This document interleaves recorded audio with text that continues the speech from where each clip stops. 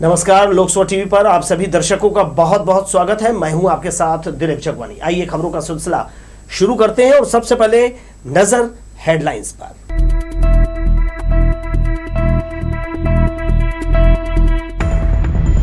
पूर्व मंत्री अमर ने राज्य सरकार के खिलाफ खोला मोर्चा। बिजली कटौती से परेशान उपभोक्ताओं के साथ किया बिजली कार्यालय का घेराव।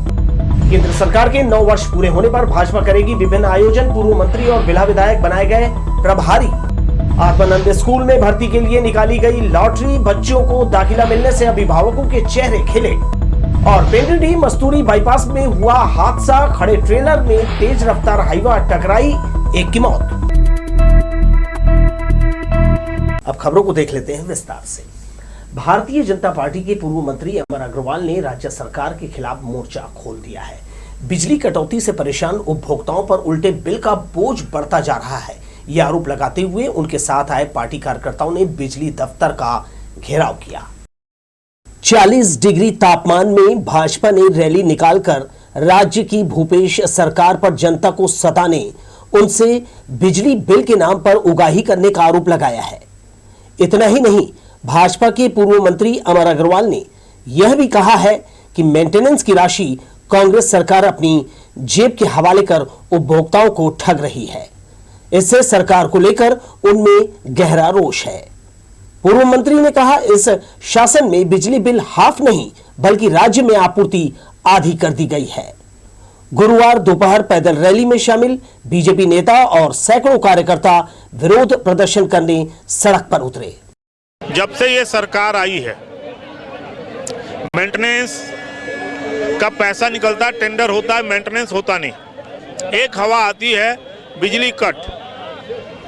बिजली के रेट बढ़े हुए हैं क्योंकि भ्रष्टाचार है, उत्पादन लागत बढ़ती है तो बिजली के रेट बढ़ते हैं। बिजली बिल किसी का यूनिट ज़्यादा आ गया, वो बेचारा चक्कर पे चक्कर लगा रहा है, उसका बिल एडजस्ट नहीं होता और इसको लेकर पूरे शहर में, पूरे प्रदेश में आक्रोश है और उस भावनाओं को एकत्र करने हम चेतावनी देने जा रहे हैं। नारेबाजी करते भाजपाइयों ने श्याम टॉकीज के सामने बिजली केंद्र का घेराव कर दिया। यहां बनाए मंच से पूर्व मंत्री ने व्यापारियों और आमजनों से कहा, बिजली को लेकर उनकी परेशानी का जिम्मेदार राज्य सरकार है। उत्पादन के बाद भी प्रदेश के उपभोक्ताओं को ज्यादा कीमत अदा करनी पड़ रही है। बदले में मेंटेनेंस है न सुविधा। कांग्रेस सरकार ने यहां लूट मचा रखी है। कैमरामैन राजा खान के साथ दिलीप जगवानी, लोकसभा टीवी, बिलासपुर। गर्मी के बीच इलाज कराने पहुंच रहे मरीजों को सिम्स में काफी परेशानियों का सामना करना पड़ रहा है। अधिकतर वार्डों में पंखों की धीमी गति से भर्ती मरीज तकलीफ में है। वहीं प्यास बुझाने पानी की कमी का सामना भी किया जा रहा है। बेतहाशा गर्मी के चलते बड़ी संख्या में मरीज डिहाइड्रेशन का शिकार होकर यहां इलाज कराने पहुंच रहे हैं। बावजूद इसके प्रबंधन उन्हें कोई राहत मुहैया नहीं करा रहा है। जनपद पंचायत कोटा की ग्राम पंचायत उपका में सरपंच और पूर्व सचिव पर लाखों रुपए गबन करने का आरोप ग्रामीणों ने लगाया है। इसकी शिकायत बिलासपुर कलेक्टर से ज्ञापन सौंपकर की गई। कलेक्टर के निर्देश पर पंचायत विभाग के अधिकारी जांच करने ग्राम पंचायत उपका पहुंचे। स्थल निरीक्षण और भौतिक सत्यापन का कार्य किया जा रहा है। जिला पंचायत विभाग के उप संचालक अशोक धेरही और स्वच्छ भारत मिशन के सलाहकार करुणा एक्का सहित प्रधान मंत्री आवास जिला समन्वयक सोनिका शर्मा ग्राम पंचायत उपका पहुंचकर अपनी जांच शुरू कर दी। जांच के दौरान ग्रामीणों का पंचनामा बयान लिया गया। सरपंच और सचिव पर स्वच्छ भारत मिशन के तहत शौचालय निर्माण कार्य का 12,000 रुपए ग्रामीणों को नहीं देने और झोगा नाला में जलाशय नीलामी की राशि 90,000 रुपए का गबन। सीसी रोड निर्माण कार्य के लिए राशि स्वीकृत की गई, लेकिन आज तक निर्माण नहीं कराया गया। पूर्व माध्यमिक शाला मरम्मत के नाम पर 5 लाख स्वीकृत हुआ, जिसे सरपंच और सचिव द्वारा गबन किया गया। 15वें वित्त की राशि को पंप और सिंटेक्स के नाम पर इंजीनियर से मिलीभगत कर गबन सहित 9 बिंदु पर ग्रामीणों ने शिकायत की थी। इसी मामले की जांच चल रही है।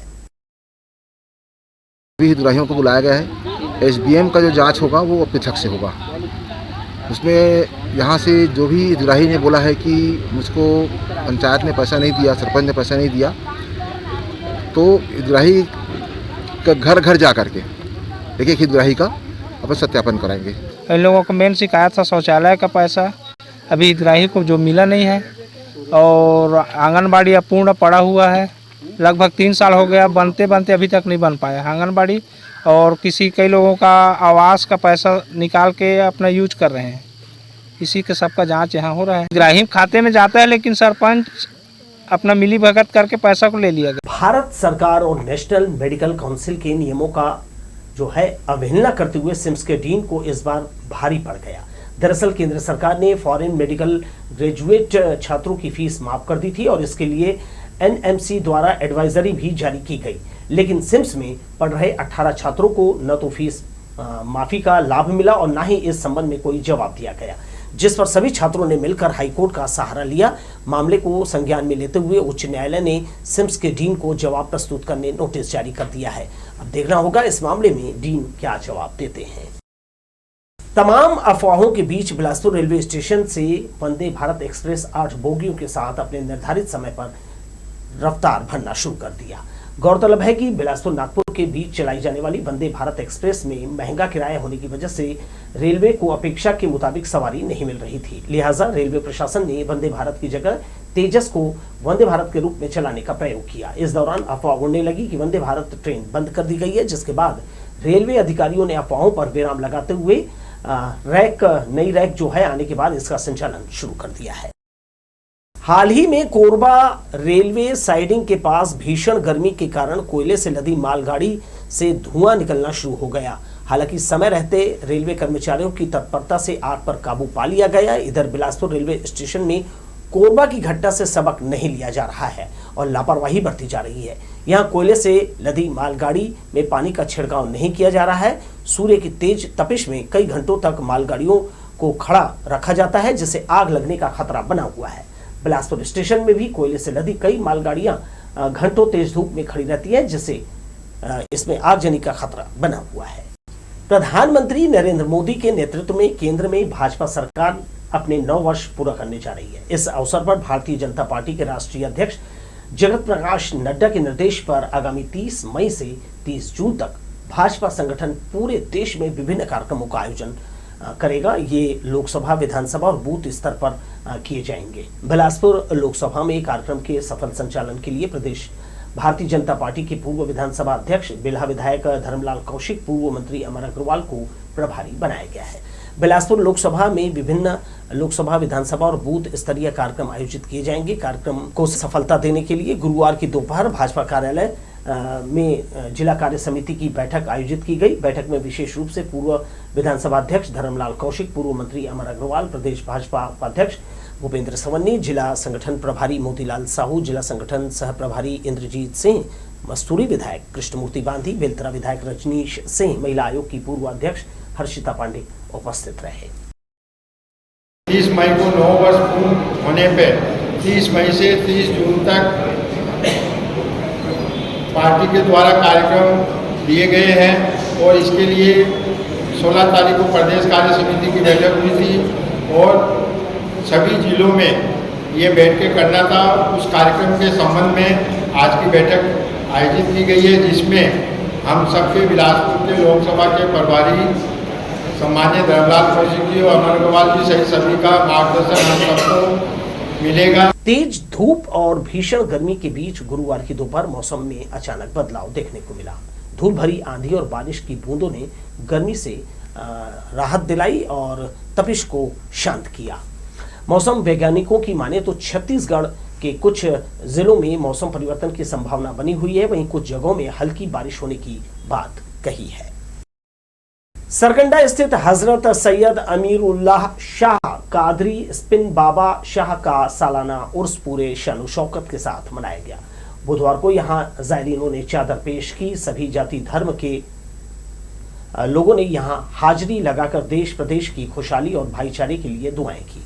हर दिन सुबह और शाम को दरगाह जायरीनों के लिए खोली जाती है। गुरुवार को कुल की फातिया के साथ 87वें सालाना उर्स का समापन हो गया। इस दौरान यहां महापौर सहित विभिन्न दलों के नेताओं ने भी हाजिरी लगाकर अपनी आस्था प्रकट की। पीर साहब बाबा के उर्स में आज शामिल हुए हैं, जिनको हम लोग खान बाबा के नाम से जानते हैं।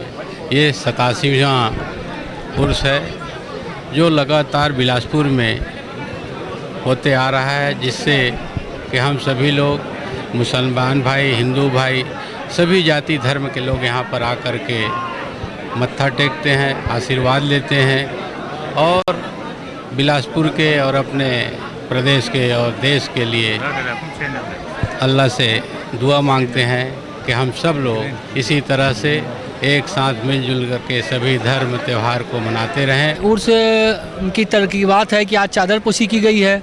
ये दरगाह ऐसी दरगाह है जो सिर्फ सुबह की नमाज के बाद 1 से 1.5 घंटा खुलता है, शाम को नमाज के बाद 1 से 1.5 घंटा खुलता है। ये 12 महीना इसका यही निज़ाम है, इसी तरीके से दरगाह खुलता है। आज इसका सालाना उर्स है।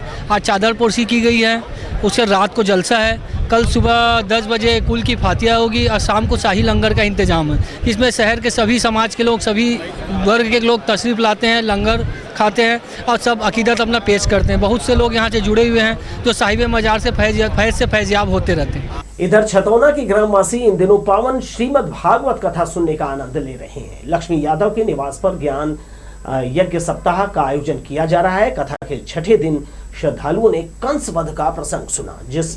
जिस प्रकार अपनी बहन देवकी के संतानों को जन्म लेने पर उनके मामा कंस अपने हाथों हत्या करते थे, तब भगवान श्री विष्णु ने पापी का खात्मा करने माता की कोख से श्री कृष्ण के रूप में जन्म लिया। इसके बाद श्री कृष्ण का रुक्मिणी के साथ सुंदर विवाह प्रसंग सुनकर श्रद्धालु गदगद हुए। आज सप्तम दिवस की कथा भगवान श्री कृष्ण जी के द्वारा कंस का वध और सांदीपनी गुरुदेव के आश्रम में विद्या अध्ययन और आज भगवान श्री कृष्ण जी का रुक्मिणी जी के साथ विवाह की कथा होगी। एक बार नजर सुर्खियों पर फिर से।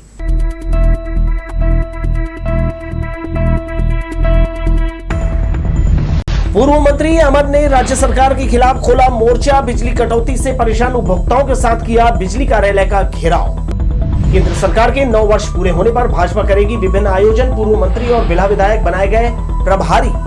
आत्मानंद स्कूल में भर्ती के लिए निकाली गई लॉटरी। बच्चों को दाखिला मिलने से अभिभावकों के चेहरे खिले। और पेंड्री मस्तूरी बाईपास में हुआ हादसा। खड़े ट्रेलर में तेज रफ्तार हाईवा टकराई, एक की मौत। हेडलाइंस बढ़ते हैं खबरों में।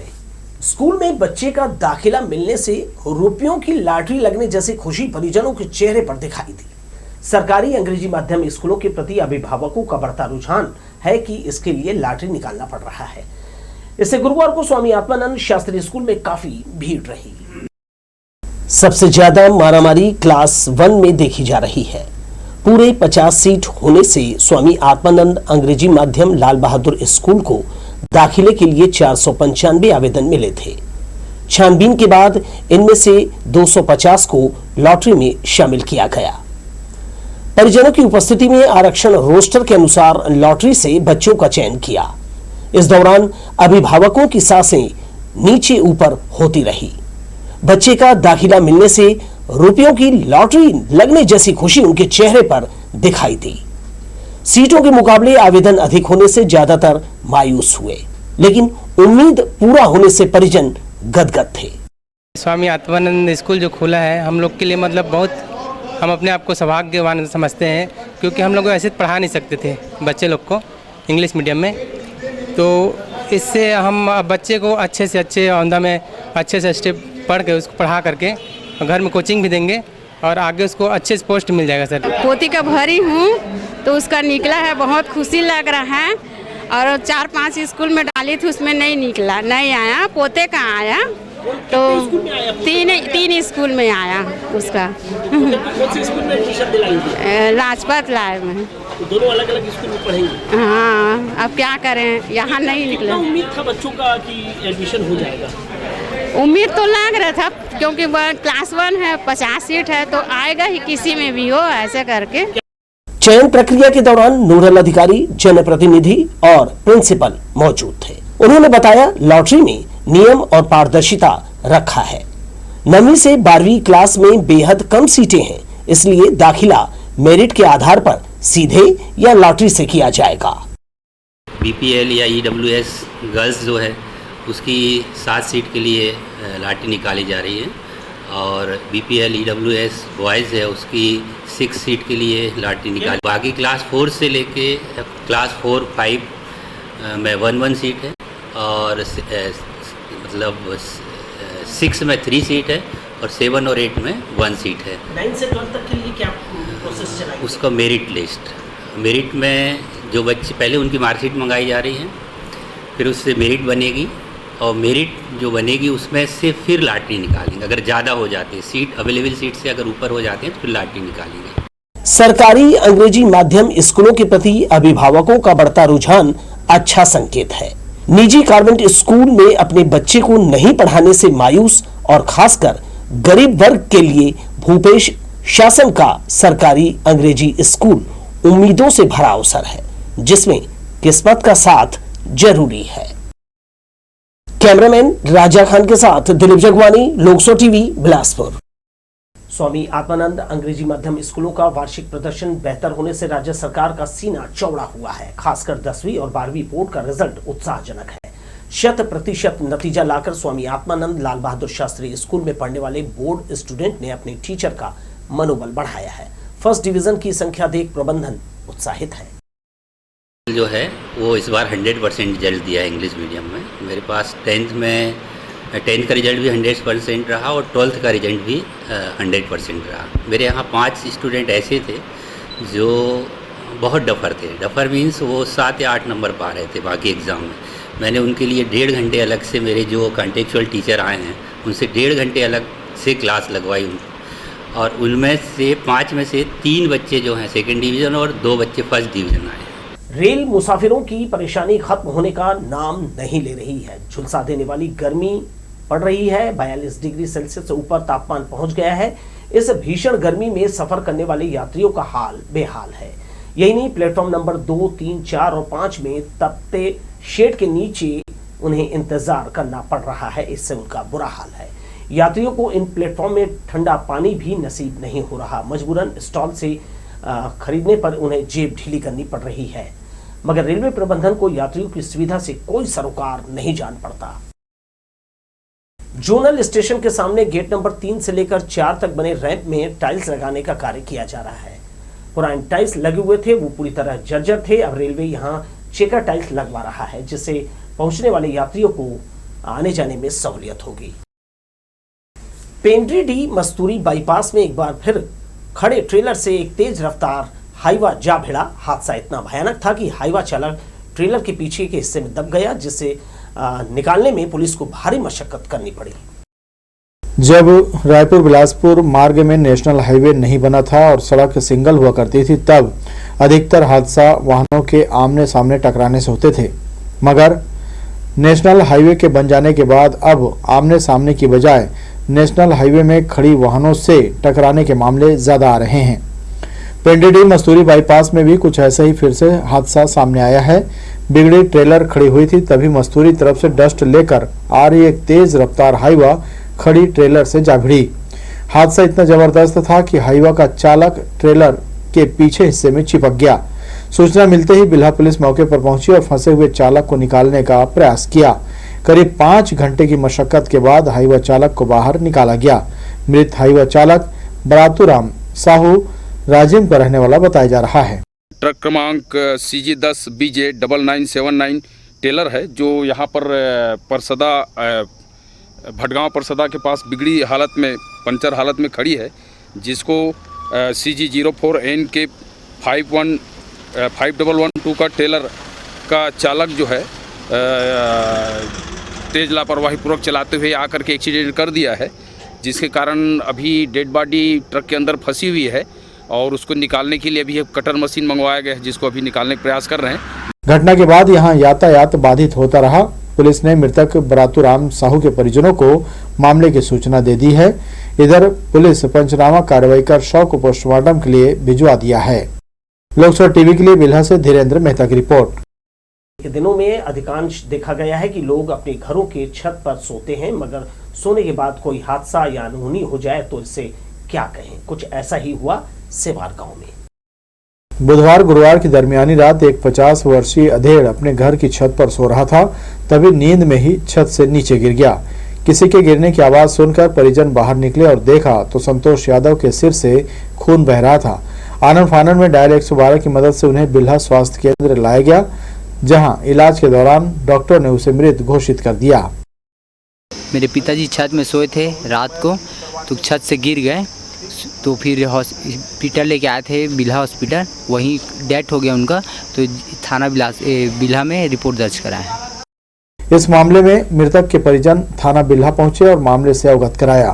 बिल्हा पुलिस मर्ग कायम कर शव को पोस्टमार्टम के लिए भिजवा दिया है।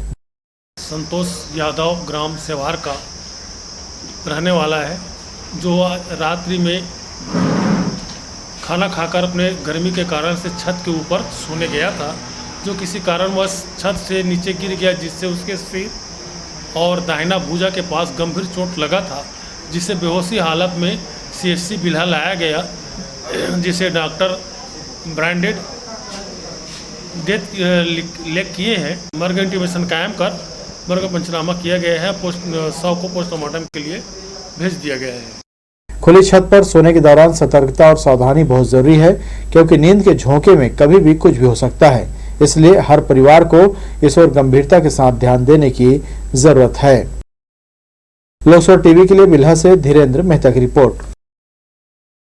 इधर शहर के इमलीपारा में बुधवार की देर रात ट्रैक्टर और मोटरसाइकिल की भिड़ंत हो गई। हादसे में मोटरसाइकिल चालक ट्रैक्टर के नीचे आ गया। गनीमत रही कि मोटरसाइकिल चालक बाल बच गया। शहर सहित ग्रामीण क्षेत्र में ट्रैक्टर चालक बड़ी संख्या में तेज रफ्तार से वाहन चलाते हुए दिखते हैं। कई बार तो चालक नाबालिग भी होते हैं। घटना की सूचना मिलते ही पुलिस ने मौके पर पहुंचकर वाहन को जब्त किया। पुलिस को चाहिए कि वैसे वाहनों के खिलाफ जांच अभियान चलाए जो कृषि के नाम पर खरीदे जाते हैं और इनका व्यावसायिक इस्तेमाल किया जा रहा है। मैं मलमल फेंकने आया हूँ। कहाँ से लेके आ रहा था? ये क्या बोलते हैं, दुर्गा मंदिर से। तो कहाँ लेके जा रहा था? यहाँ खाली करने। तो अभी क्या हुआ घटना? एक्सीडेंट। किसके साथ? बाइक में। कैसे हुआ? मैं वो स्पीड में था, मैं स्लो था, एक नंबर गाड़ी मोड़ रहा था, फुल स्पीड में आया, शराब पीकर लेकर बोल दिया बाइक को। इस खबर के साथ ही दर्शकों आप मुझे दीजिए विदा और आप देखते रहिए लोकसभा टीवी। नमस्कार।